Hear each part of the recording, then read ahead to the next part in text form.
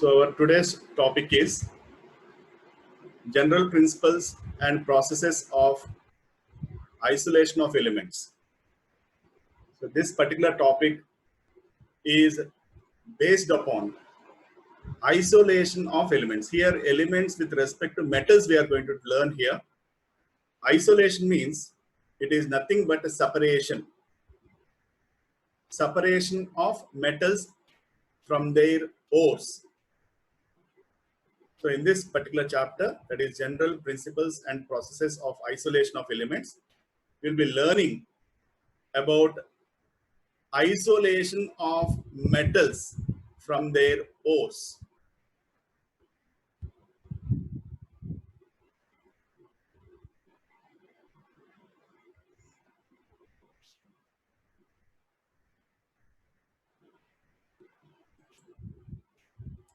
So this is the periodic table. You can clearly see in the periodic table, all the elements in the periodic table are displayed here. All these red colored, the elements which are displayed in the form of red color, all these are metals. The yellow ones are metalloids, that is nothing but semi-metals. And the blue colored ones are non-metals. From this, you can see that all the metals are red in color. That is to say that 80% of the elements in the periodic table, 80% of the elements in the periodic table are metals. 80% of elements in the periodic table are metals. So in these, you know that the first group elements, that is lithium, sodium, potassium, rubidium, cesium and francium, are alkali metals. Beryllium, magnesium, calcium, strontium, barium and radium are alkaline earth metals. And the remaining metals, what you are able to see here on the screen, are D block elements, F block elements, and few are P block elements. In the P block, we are having aluminum, gallium, indium, thallium, tin, lead, bismuth, and polonium, which are showing metallic character.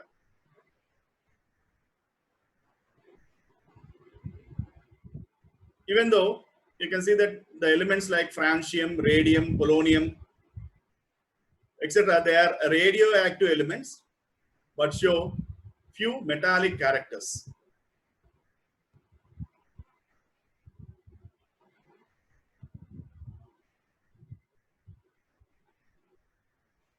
So here are the metals, which we say them as the 7 metals of antiquity.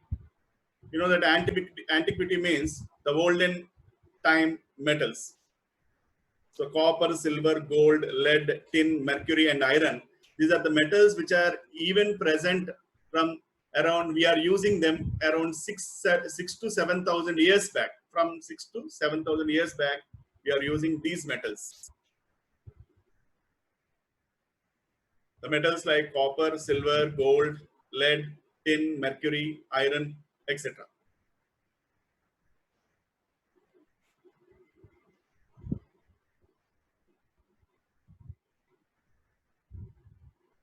So here we are showing some of the ancient things regarding the metallurgy or science of metals.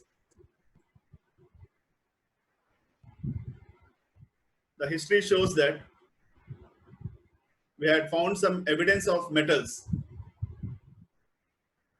in Balochistan, which is once in India. The small copper beads are being found there. And with carbon dating, it is found that they are belonging to 6,000 years back, that is 6,000 years BC. Yeah, and even in archaeological surveys of India, they had found many plates like this. These are called as Tamarapatra. In olden days, whatever the things they want to give to the people, they used to give in this form of Tamarapatra. And I hope most of you, all of you know that about Harappa and Mohenjo-daro civilizations, which is also called as Indus Valley civilization. These are the ornaments which are found in those areas, and through carbon dating they are found to be known as 3000 BC. So like this, we are having many historical evidences to show that metals are being used more than 7,000 years back.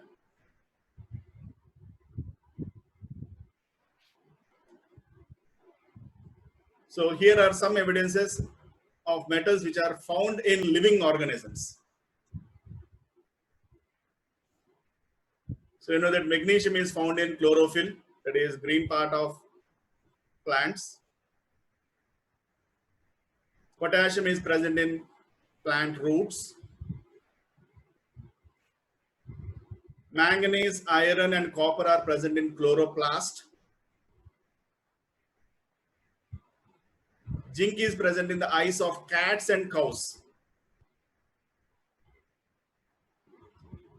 Iron is present in the hemoglobin, the red pigment of blood. Calcium is present in bones. Vanadium is present in cucumbers. And chromium is present in prawns.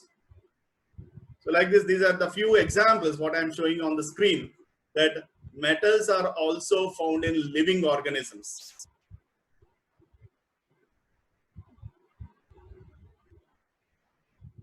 Dear students, whenever you are following the lesson in this presentation, you can even take this one as a screenshot such that it will be a part for you for a revision.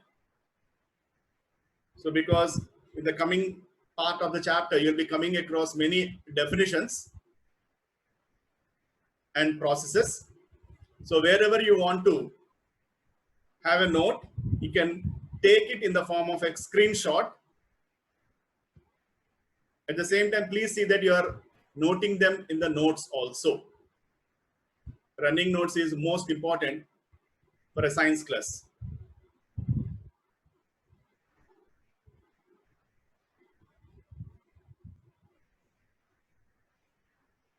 So from where these metals can be coming from? So how to know, or what about what do we know about metals? In what way we are going to be explaining all these things in the form of metallurgy.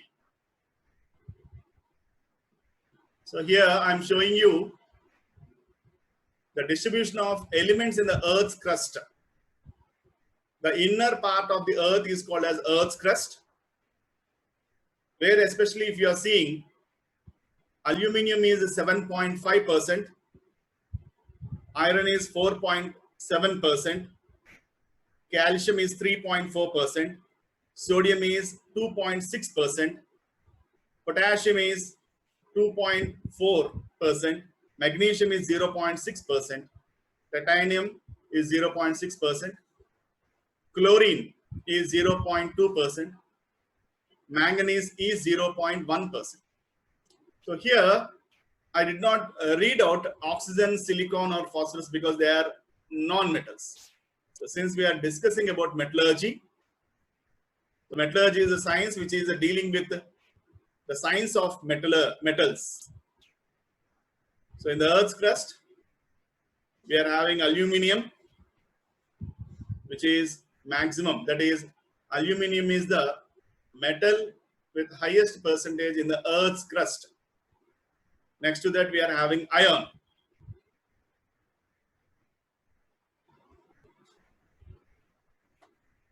And this is a small cycle showing you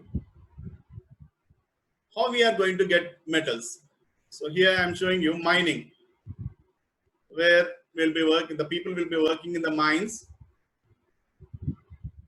extracting the minerals and ores. From that, they'll be going for extraction of the metals. From extraction of metals, they'll be made different products by using different science and technological processes. The products produced will be used. And here, after the use of the metallic products, again we will be recycling them to get the metal back. So this is a small cycle which is showing how the metals are extracted, followed by producing the products. Products are being used. After the use of the products, that is metallic products, again we can see that they are recycled.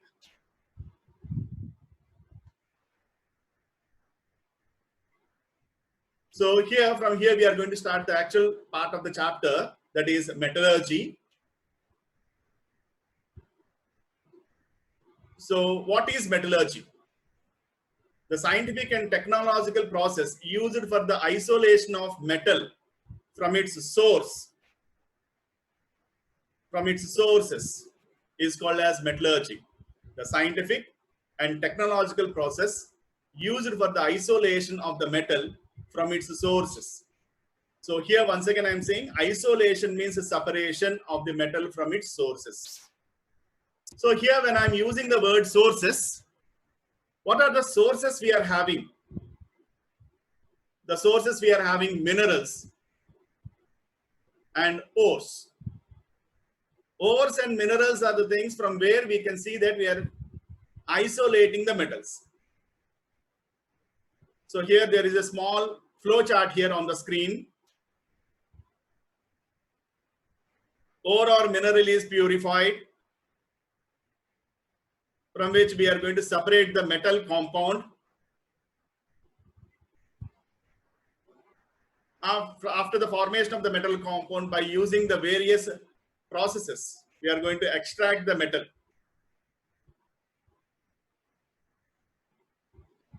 This is the thing what we are going to learn in metallurgy. So here we are going to learn about the words minerals and ores.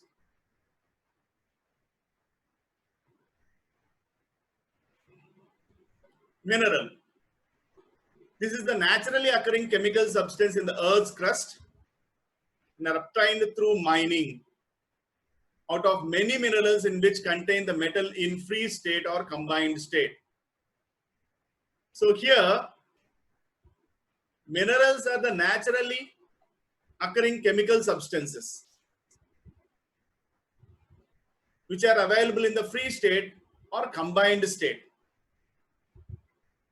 So free state in sense to say that when the metal is a inactive metal or unreactive metal, then such metals will be available in the free state. If the metal is a reactive metal, generally it will be available in the form of combined state, in the form of compounds, in the form of oxides, sulfides, chlorides, etc. So minerals are naturally occurring chemical substances which are extracted from the, which are taken out from the Earth's crust, obtained from the Earth's crust, in which the metals will may be in the form of free state or in combined state. Whereas ore is a mineral containing high percentage of metal from which the metal can be profitably extracted. That means to say that ore is nothing but a mineral from which metal can be extracted. High percentage of metal can be extracted, which can be profitable for the mankind. For example, a simple example I will say you. There are two minerals, A and B. Let us think that A and B are minerals of gold. In A, we are having 10% of gold. In B, we are having 90% of gold. Let us hope so. A is a mineral in which gold is of 10%. B is a mineral in which we are having 90% of gold in it. So from both the sources, that is from A and B both, we can extract the metal. But extracting gold metal from B mineral will be profitable because we are having more amount of metal in it. So a ore is a mineral which containing a high percentage of metal from which metal can be profitably extracted. So that is why we'll be concluding this one by saying that all ores are minerals, but all minerals are not ores. All ores are minerals, but all minerals are not ores. Why? Because minerals will be having metals of different percentages, but ores are the minerals in which we have high percentage of metal from which we can extract the metal profitably. So that is why we'll be saying that all the ores are minerals, but all minerals are not ores. So the definition of mineral and ore is important here.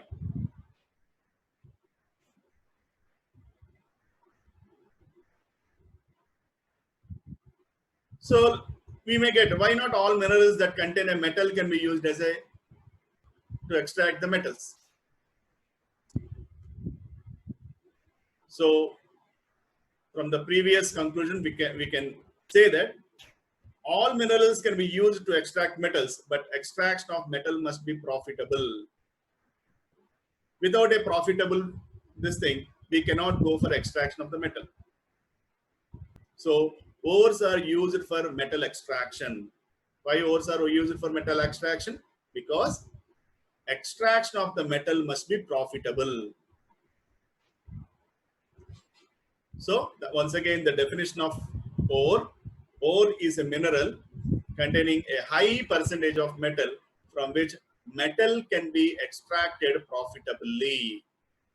A mineral containing high percentage of metal from which the metal can be profitably extracted. That is the definition for ore.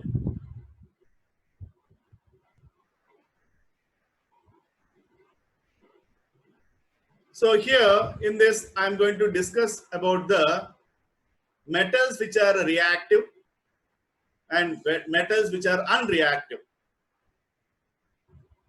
So reactive metals.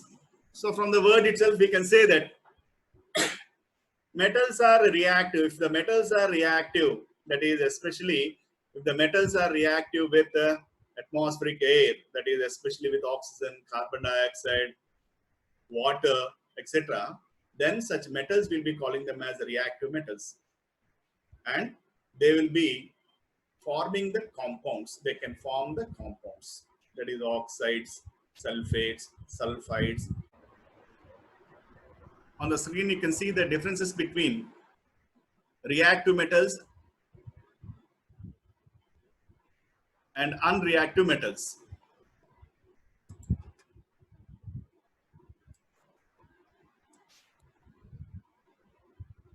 So the reactive metals like sodium, potassium, magnesium, calcium, aluminum, zinc, iron. So these metals are easily reactive or attacked by oxygen, water, carbon dioxide, etc. So since they are easily reactive with oxygen, water, carbon dioxide, etc., they'll be forming in the form of, they'll be forming the compounds like oxides, hydroxides, carbonates, sulfates, sulfides, etc. So these cannot be available in native form. Native form means, as I said earlier, lumps of metal. So on the screen towards your right hand side, I had shown you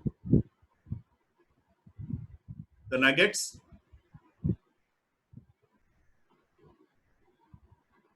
which are the native form. So these elements, that is reactive metals like sodium, potassium, magnesium, calcium, aluminum, zinc, iron, will not be available in the form of native forms. So they can be isolated. They can be isolated only in the form of various methods like electrolysis and other chemical methods. The same way, towards the right hand side, we are having reactive metals. So reactive metals are like silver, gold, platinum, mercury, etc. They may be available in the form of, because since they are not reactive with compounds like oxygen, water, carbon dioxide, etc., they will be available in the form of native forms, that is lumps of metal. As I shown here on the screen, you can see these are the lumps of gold metal. So they will be isolated by using some special methods, physical methods, and some few chemical methods. These are the differences between reactive and unreactive metals.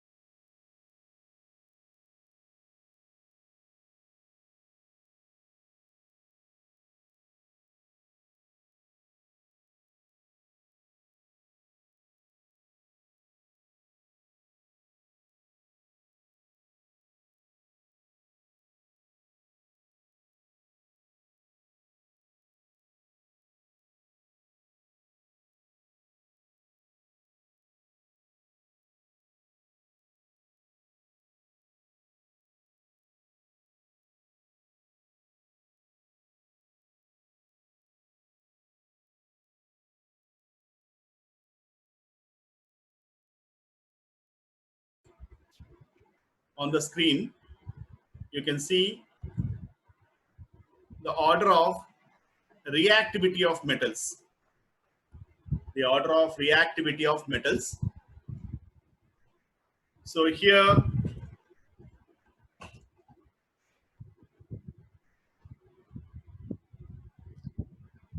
the most reactive metal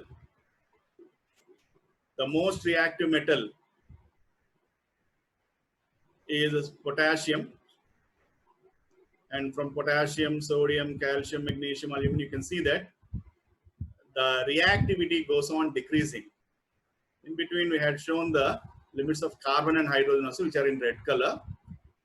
Just for reference, we had kept those elements. So here you can see how the reactivity goes on decreasing from potassium to platinum. Potassium to platinum.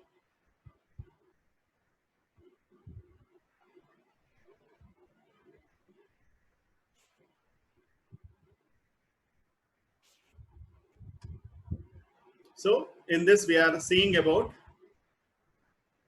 reactive metals and unreactive metals. So reactive metals are the metals which will be easily reactable with the compounds like oxygen, water, carbon dioxide, etc. So since they are able to react with those, they'll be not available in the form of native forms. That is why they can be easily extracted by using the methods like electrolysis and other chemical methods. Whereas unreactive metals like gold, silver, platinum, etc., since they are not able to react with oxygen, water, carbon dioxide, especially that is atmospheric gases, easily. They will be available in the form of native forms, that is lumps of metal. So generally, by using different physical methods and few chemical methods, we'll be extracting those metals. At the same time, I'd clearly given you the list of metals towards the right hand side, where it is showing you the order of reactivity of metals. So reactivity with especially oxygen, water, carbon dioxide, etc., etc.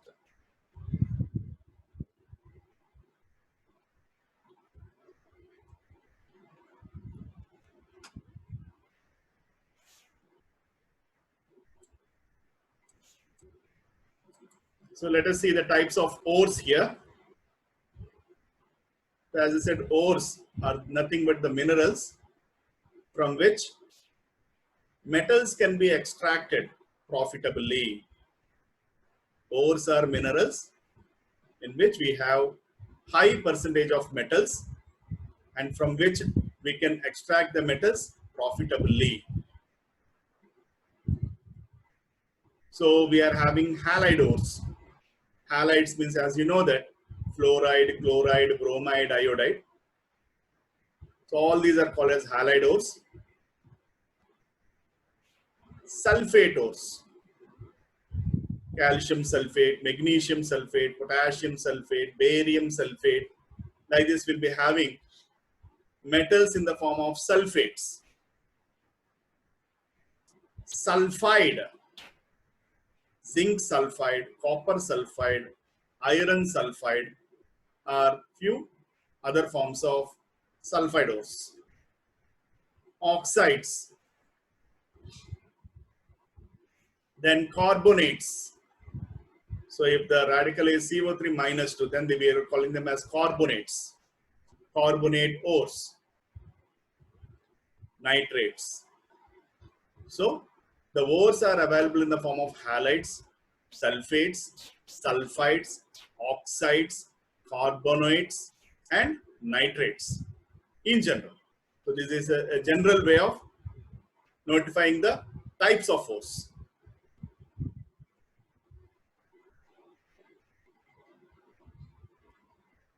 So let us see the ores of iron.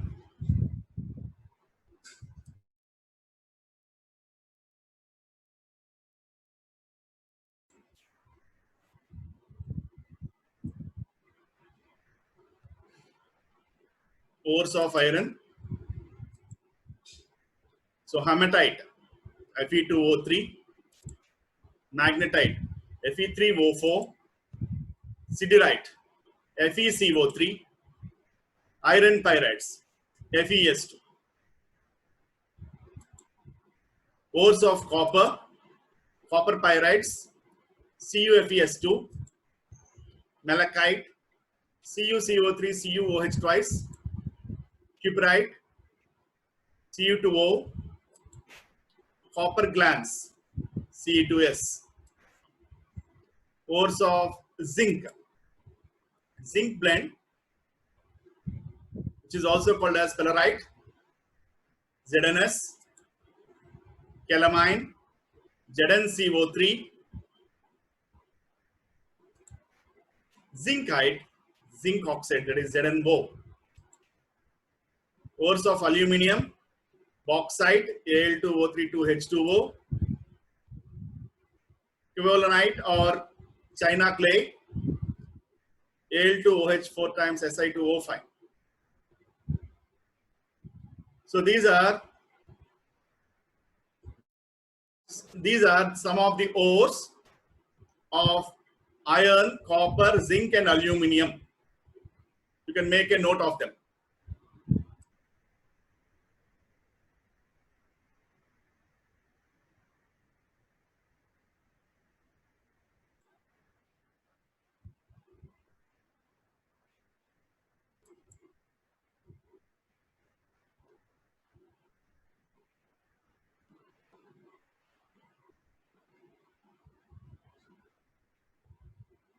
ores of iron, copper, zinc, and aluminum.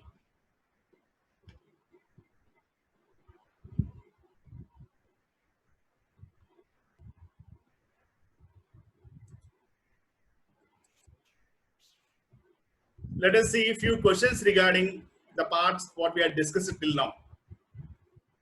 So till now we had discussed what is metallurgy, what is a mineral, what is ore, what are reactive metals, what are unreactive metals, how are reactive metals available, how are unreactive metals available, and examples of few ores of iron, copper, zinc, and aluminum. Let us see a few questions regarding the things what we had discussed till now. Question number 1. Metallurgy is, for that they had given 4 options. Metallurgy is A, isolation of ore from the metal, isolation of mineral from the metal, isolation of metal from its ore, D, reception of metal from its mineral. So the 4 options are given. The question is the metal is. So for this first we had to, metallurgy is. So they are asking you what is metallurgy. So metallurgy means we had studied that the scientific and technological process used for the isolation of metal from its ore or mineral. That is called as metallurgy. So if you see the 4 options, isolation of metal from its ore, that is C. C will be the right answer. Isolation of metal from its ore will be the right answer. Let us see the next question. Which of the following is not a reactive metal? Which of the following is not a reactive metal? Let us see the options. A, sodium Na, B, silver Ag, C, magnesium Mg, D, iron Fe. So these are the 4 options given to us for the question. Which of the following is not a reactive metal?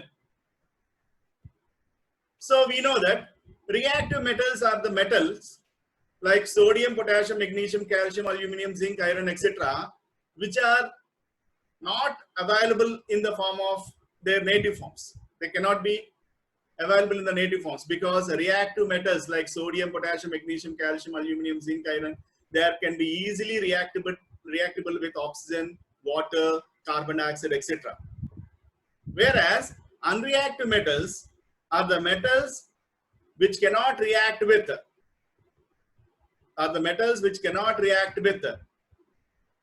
oxygen, water, or carbon dioxide so easily. Such metals will be called as unreactive metals like silver, gold, platinum, mercury, etc. So in the 4 options given to you, silver is the right answer, that is Ag is the right answer, B is the right answer. Question number 3. Which of the following ores do not represent the ore of iron? Which of the following ores do not represent the ore of iron? Let us see the options given. Cassiterite, hematite, siderite, magnetite. So for these we have to know the formula. Let us see. Cassiterite, its formula is SnO2. Hematite, its formula is Fe2O3. Siderite, its formula is FeCO3. Magnetite, its formula is Fe3O4. So in all these 4, we can clearly see that cassiterite is not an ore of iron. Cassiterite is an ore of tin, that is Sn. Sn means tannum, tin.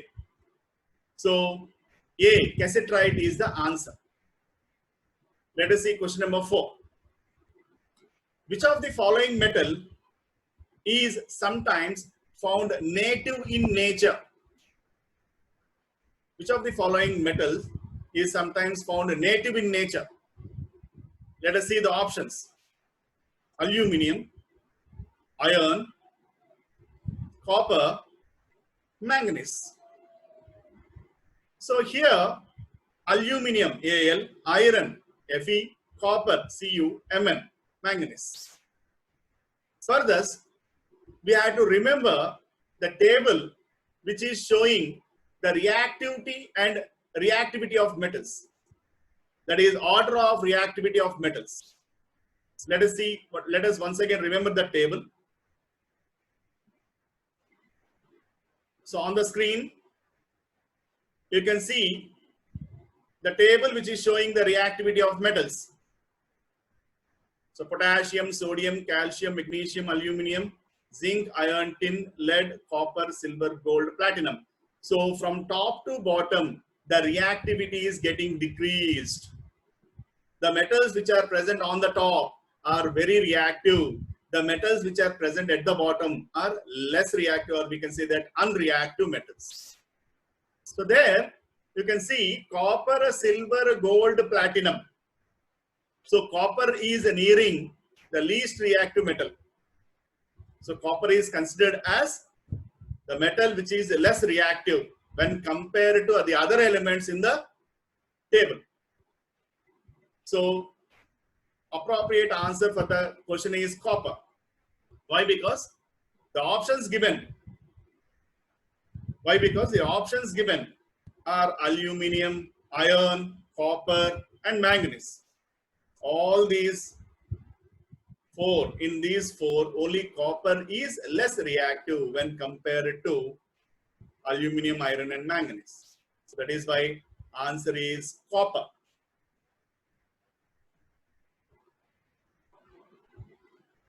So in this part of the chapter, the questions may be asked in this way. Let us see a few more theoretical questions.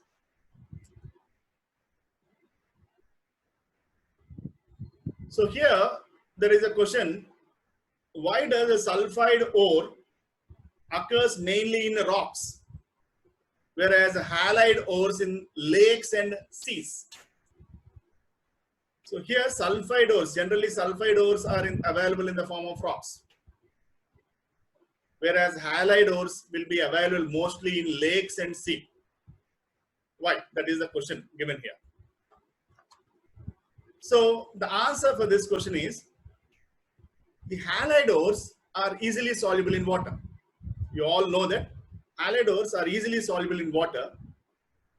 So during rains, these halide ores easily soluble or soluble in water and are carried to the lakes and sea. This process is called as weathering of rocks. Weathering of rocks. So since halides, especially halides, are chemically soluble in water very easily, halide ores are soluble in water. So they dissolve in rainwater, carried to the lakes and seas during weathering of rocks. Whereas sulfide ores are insoluble in water. So they are left behind in the rocks. That means to say that they cannot be soluble in water, they will not be moved. So they'll be available in the form of rocks only. So that is why, since the question is given as, why does sulfide ores are mainly occurring in the form of rocks, whereas halide ores are in lakes and seas? Because halide ores are easily soluble in water. So they dissolve in rainwater, carried to the lakes and seas during the weathering process of rocks. So in lower classes, you'll be studying about sedimentation. Due to this sedimentation process, you can see that these halide ores will be dissolved in waters of lakes and seawater. Whereas sulfide ores are insoluble in water, so they cannot be forming them, and they cannot be dissolved in water, so they'll be left over in the rocks. The next question, last question for the day. What are the differences between minerals and ores?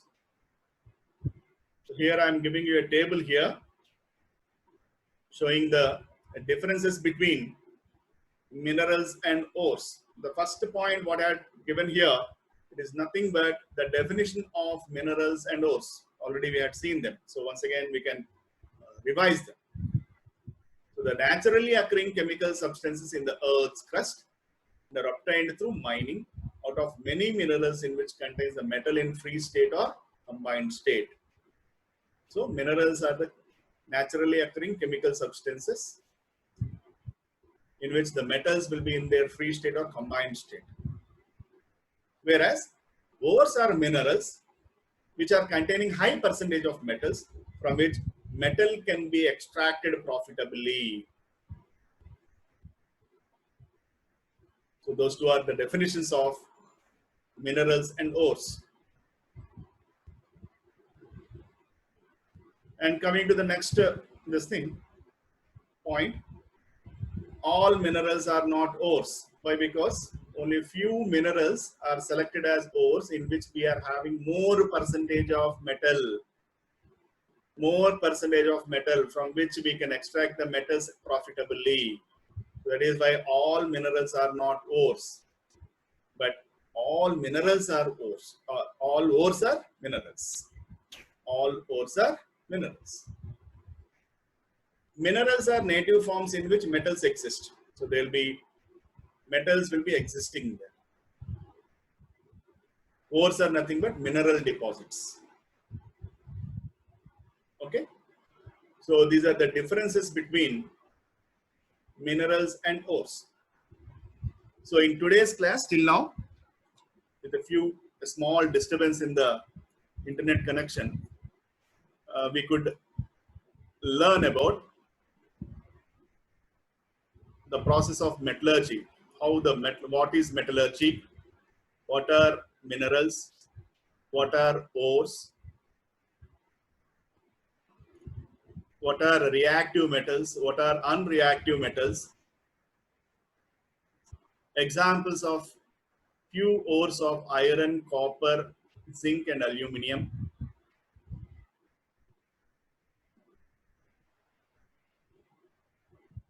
Okay.